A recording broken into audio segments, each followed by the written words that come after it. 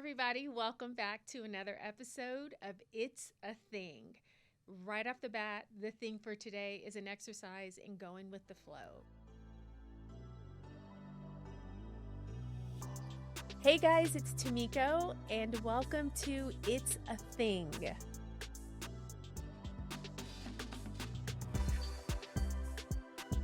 I plan to have a guest here who's really excited about things happened. They had to reschedule. That's a thing. We all get it. So you just have me. So today we're going with the flow. When I woke up this morning and I got the text saying, hey, I've got to reschedule, I had two choices. Do I just blow it all up, cancel everything, cancel the shoot, cancel hair and makeup, cancel the producer, or do I make the most of it, still do what I could with the opportunity and the time and God's provision and just walk through it and make the most of this episode? And so I am still excited to be here. Like I told you guys, I was going to start my episodes with a quote or scripture. I have a quote, and it is, let go, trust the flow. When you learn to let go of things beyond your control, you also learn to believe that what is meant for you will surely unfold or surely not miss you. So that's what I'm doing. I am going with it. But part of what I had planned for my conversation with my special guest, who we will have in at another time because she's amazing. She's a really good friend of mine, and her story is so impactful and inspiring. But what we were going to talk about today is opening the year with clarity and intention. And maybe that's the thing. Going with the flow is not just being without sound mind, right? Going with the flow is kind of surrender, not kind of, it is absolutely surrendering.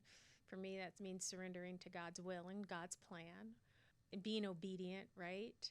In that surrender and continue to walk into that. So what drives me, I think, God, I think I said in my the last episode, like I can't wait to meet her, is to just continue to do the work to realize my best self, right? All the wonderful qualities that God has blessed me with and the talents and the skills and the abilities, to showcase them and to not be afraid of them.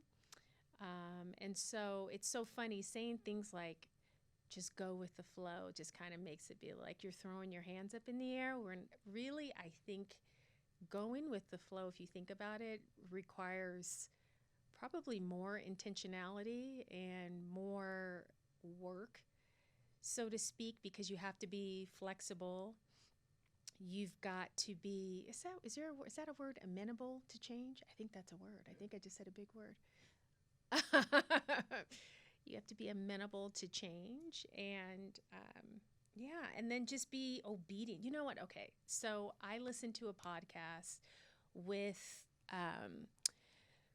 Bishop TD Jakes, whose service I listen to a lot when I don't physically go into church. He has a new podcast, Next Level, and he had Oprah on as his very first guest, and it was the best episode. One, because it's Oprah, hello, but she said so many things, but she said something that stuck with me, in that, of course, because of all that she's accomplished and realized in her life, and all the things that make her so admirable. A lot of people ask, like, why you, or what makes Oprah different? And what is it about Oprah that gave her this immeasurable success? And she just said, for her, she's a child of God. She's a believer of God. And she said, I was just obedient.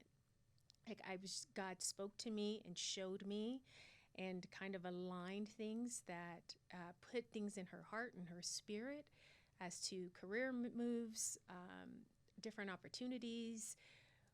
He placed it in her heart to go and reach out to Maya Angelou for the first time and say, hey, I just want 10 minutes with you. And she stuck to those 10 minutes. And in those moments, she said she was simply obedient to that. And she moved in the direction that she felt God was leading her. And so I think where we talk about going with the flow. It's like, whatever. I'm just going to kind of see. It's like, no, I think we can go with the flow and still be responsible. We can still be intentional and still make the most of whatever situation or circumstance. So I am still excited to be here. I am still excited to create another episode of my podcast.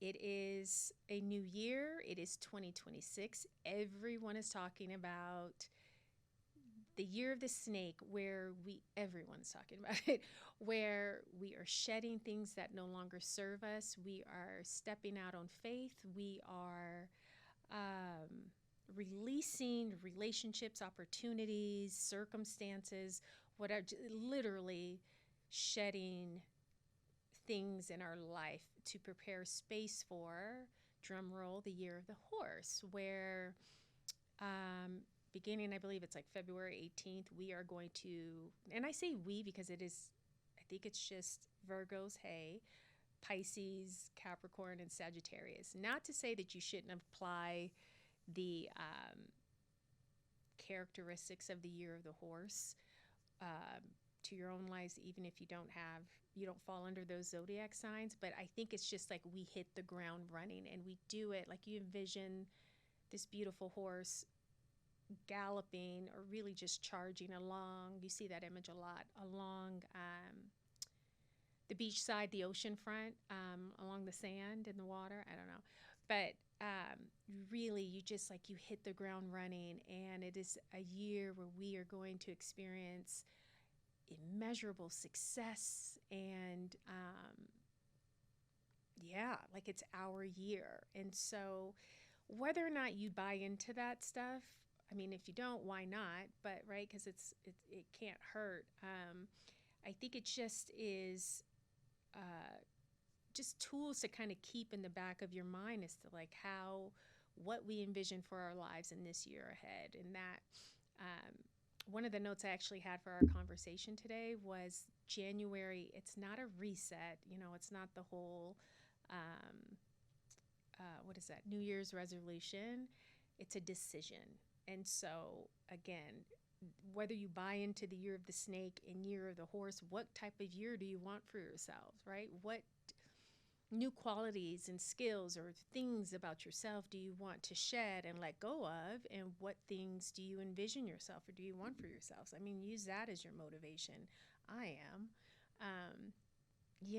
And so, God, I feel like Julius gave me such a good prompt of what drives me and what really like is moving me in this season of my life. And I think that's it to realize and to be proud of all that I've accomplished, all the blessings in my life, and where God has brought me thus far, but to say, you know what, there's more that I want, there's more that I deserve, there's more that I am capable of, there is more that is still like pushing me or keeping me, what's the word?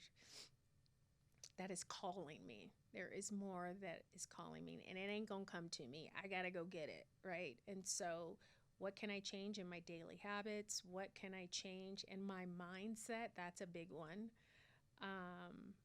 to help me realize the things for myself that I want. I guess there's a video on Instagram that talks about this, where they compared Noah's Ark to the Titanic. And again, so Noah received this command from God, and he was obedient to that command and those plans, and he built this ark that essentially saved humanity. And then you have the Titanic, which was built by engineers with all the fabulous, amazing, wonderful things, and the damn thing sunk.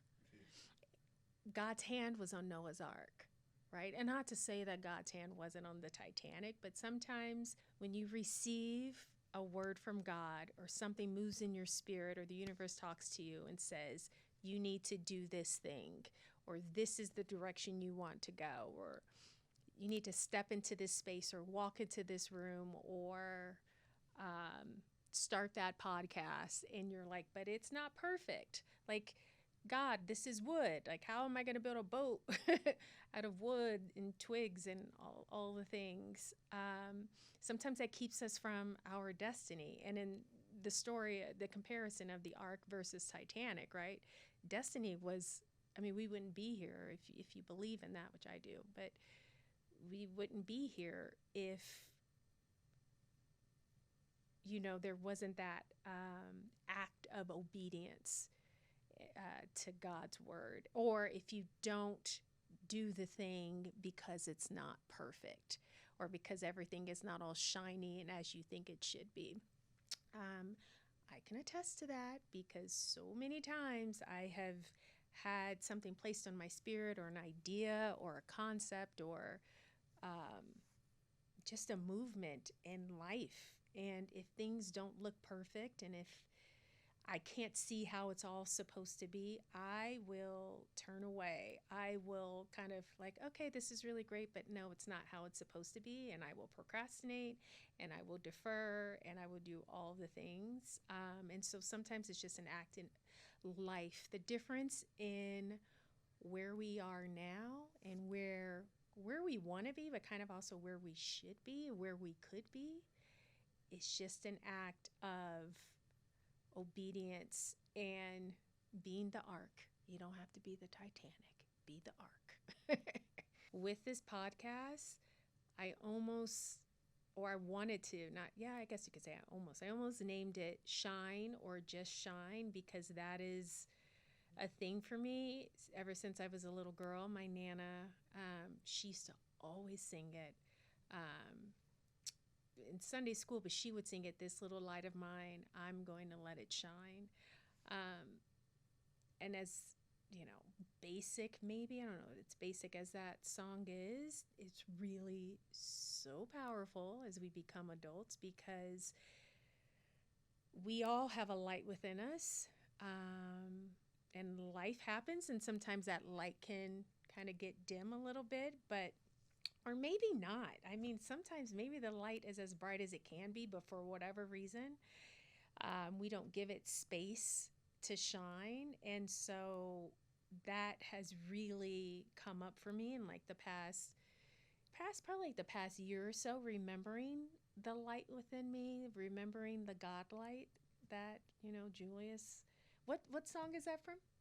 It's a Get the worm, coast contra.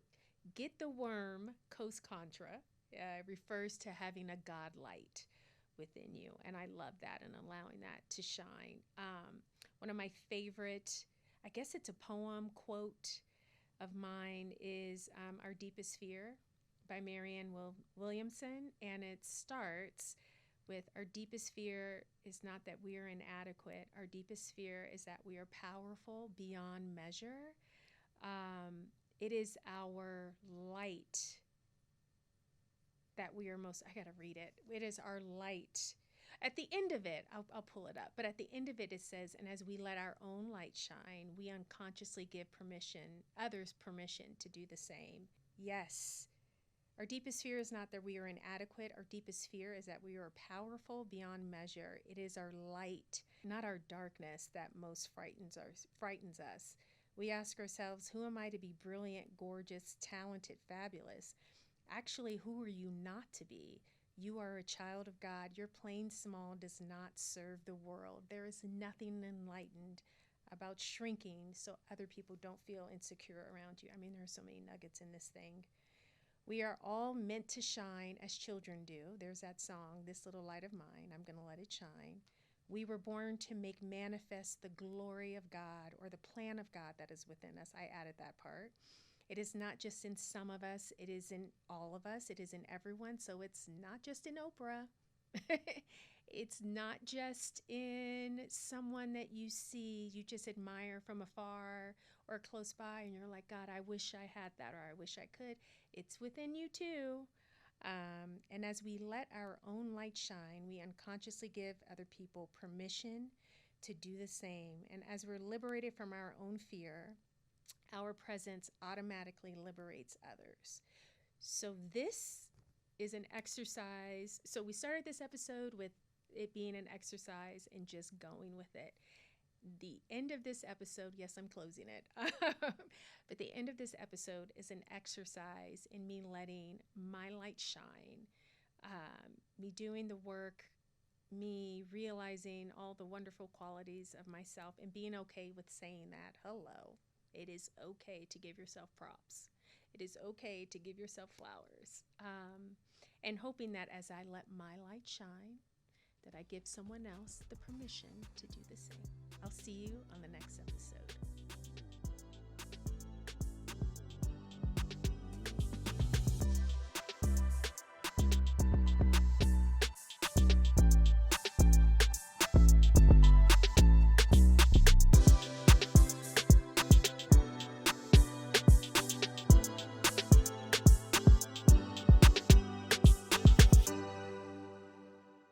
This podcast is powered by The Plug.